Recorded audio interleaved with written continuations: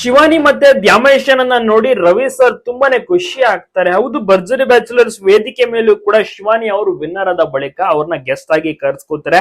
ತುಂಬಾ ಚೆನ್ನಾಗಿ ಪರ್ಫಾರ್ಮೆನ್ಸ್ ಅನ್ನ ನೀಡ್ತಾರೆ. ಮತ್ತೊಮ್ಮೆ ಶಿವಾನಿ ಆಗಿರ್ಬೋದು, ದ್ಯಾಮೇಶ, ಆರಾಧ್ಯ ಸೂಪರ್ ಆಗಿ ಪರ್ಫಾರ್ಮೆನ್ಸ್ ಅನ್ನ ನೀಡುತ್ತಾ ಎಂಟರ್ಟೈನ್ಮೆಂಟ್ ಅನ್ನ ಕೊಡ್ತಾರೆ. ರವಿ ಸರ್ಗೆ ಬಹಳಷ್ಟು ಖುಷಿ ಇದೆ. ಶಿವಾನಿಯ ಪರ್ಫಾರ್ಮೆನ್ಸ್ ಅನ್ನ ಅವರು ಕೂಡ ನೋಡಿದ್ದಾರೆ ಟಿವಿಯಲ್ಲಿ. ಸೂಪರ್ ಆಗಿ ಶಿವನ ಬಗ್ಗೆ ಹಾಡನ್ನ ಹಾಡ್ತೀಯ, ಶಿವಾನಿ ಹೆಸರಿಗೆ ತಕ್ಕಂತೆ ನಿನ್ನನ್ನ ನೋಡ್ತಾ ಇದ್ರೆ ಬಹಳಷ್ಟು ಗೌರವ ಜಾಸ್ತಿ ಆಗುತ್ತೆ ಅಂತ ಕೂಡ ಒಂದು ಮೆಚ್ಚುಗೆ ಮಾತನ್ನ ತಿಳಿಸ್ತಾರೆ. ದ್ಯಾಮೇಶ ಉಕ್ಕುಟುವಂತ ಹುಡುಗ ಎಷ್ಟೊಂದು ಸಾಧನೆ, ಇಷ್ಟೊಂದು ಸೂಪರ್ ಆಗಿ ಆಡುವುದನ್ನ ನೋಡಿ ರವಿಸರ್ಗೂ ಖುಷಿ ಇದೆ. ಅವರು ಕೂಡ ಮನಸ್ಫೂರ್ತಿಯಾಗಿ ವಿಷಯಗಳನ್ನ ತಿಳಿಸಿದ್ದಾರೆ, ಮತ್ತೆ ಫೋಟೋವನ್ನು ಕೂಡ ತೆಗೆಸ್ಕೊಂಡಿದ್ದಾರೆ. ಶಿವಾನಿಗೆ ಸೂಪರ್ ಆಗಿರುವಂತಹ ಉಡುಗೊರೆಗಳು ಕೂಡ ಸಿಕ್ತು. ಕ್ಯಾಶ್ ಪ್ರೈಸ್ ಜೊತೆಗೆ ಕಾರ್ ಕೂಡ ಗಿಫ್ಟ್ ಆಗಿ ಸಿಕ್ಕಿದೆ. ಮತ್ತೆ ಸ್ಪಾನ್ಸರ್ ಗಳು ಕೂಡ ದುಡ್ಡುಗಳು ಸಿಕ್ಕಿದೆ. ದ್ಯಾಮೇಶನ್ಗೂ ಕೂಡ ಅಷ್ಟೇ. ಈಗ ಸಿಕ್ಕಾಪಟ್ಟೆ ಈವೆಂಟ್ಸ್ ಗಳಲ್ಲಿ ದ್ಯಾಮೇಶ ಕೂಡ ತೊಡಗಿಸ್ಕೊಳ್ತಾರೆ, ಬ್ಯುಸಿ ಆಗಿದ್ದಾರೆ. ಒಳ್ಳೊಳ್ಳೆ ಆಫರ್ಸ್ ಗಳು, ಒಳ್ಳೆ ಅವಕಾಶಗಳು, ಸಿನಿಮಾದಲ್ಲಿ ಆಡೋಕ್ಕೂ ಕೂಡ ಅವಕಾಶ ಸಿಗ್ತಾ ಇದೆ.